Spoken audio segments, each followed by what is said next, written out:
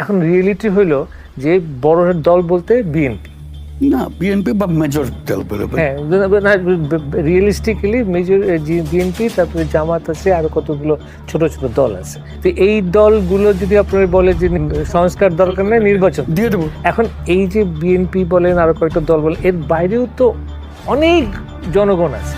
গতকাল আপনি বলেছেন যে আমি জনগণের যে রায় সেটাই জানবো। তো জনগণের রায় শুধু রাজনৈতিক দল, আমরা জনগণ পর্যন্ত যেতে পারবো বলে মনে হয় না। তাহলে আবার এই রেফারেন্ডাম ইত্যাদিতে যেতে হবে, সেটা তাহলে এটা ক্লিয়ার হলো, এটা ক্লিয়ার, এটা নিয়ে শুধু রাজনৈতিক। তাইলে আওয়ামী লীগের অংশগ্রহণ সম্বন্ধে আপনার কি কোনো চিন্তা? ওই আমরা তো এটা নিজেরা ইম্পোজ করবো না, এটা অলরেডি বিএনপি বলেছে অবশ্যই করবে।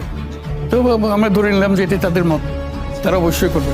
রাজনৈতিক দল, অন্য রাজনৈতিক দল যদি বলে না ওরা পারবে না, তখন ওই যে কোনটা বড় কোনটা ছোট রাজনৈতিক দলের মধ্যে তো বহু রকমের সাইজ